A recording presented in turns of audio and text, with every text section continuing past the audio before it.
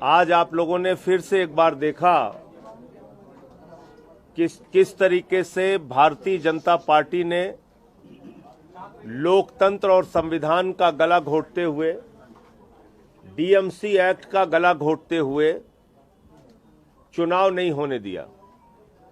चुनाव इसलिए नहीं होने दिया कि आम आदमी पार्टी के पास मेयर के चुनाव में 151 वोट हैं और भारतीय जनता पार्टी के पास 105 वोट हैं। पीठासीन अधिकारी जिसको जिम्मेदारी दी गई है सिर्फ मेयर का चुनाव कराने की, वो पीठासीन अधिकारी महोदया कहती हैं एल्डरमैन भी वोट डालेंगे, जो पूरी तरह तौर से संविधान की दृष्टि से भी गलत है और डीएमसी एक्ट की भी दृष्टि से गलत है। और 3 चुनाव एक साथ होंगे, मेयर, डिप्टी मेयर और स्टैंडिंग कमेटी।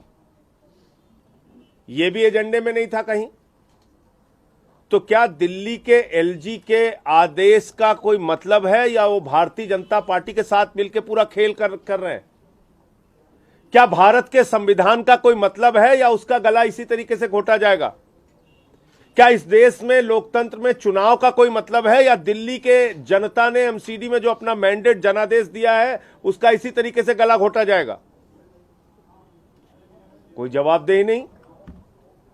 जब एल्डरमैन को वोटिंग राइट नहीं है, आज पहली बार दिल्ली के लोगों ने और देश के लोगों ने देख लिया कि एल्डरमैन को वोटिंग राइट दे रही है। यही पहले दिन से हम लोगों की शंका थी कि एल्डरमैन को वोटिंग कराएंगे, एल्डरमैन को वोटिंग कराएंगे। बार बार हम कहते रहे, हमने बार बार कहा कि वोटर लिस्ट तो दे दो, कोई चुनाव होता है उसकी कम से कम मतदाता सूची होती है, हमारे लीडर को, लीडर ऑफ द हाउस को, जो हमारे मेयर का चुनाव लड़ रही हैं, डिप्टी मेयर का चुनाव लड़ रहे हैं, इनको कम से कम वोटर लिस्ट तो दे दो।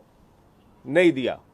इसका मतलब मंशा साफ थी, इनको किसी भी तरीके से चुनाव नहीं कराना था, क्योंकि ये हार रहे हैं, दिल्ली की जनता ने इनको हराया है और अब माननीय न्यायालय के सामने ये पूरा मामला जाएगा और वहां हम लोग उम्मीद करेंगे कि वहां से हम लोगों को न्याय मिलेगा।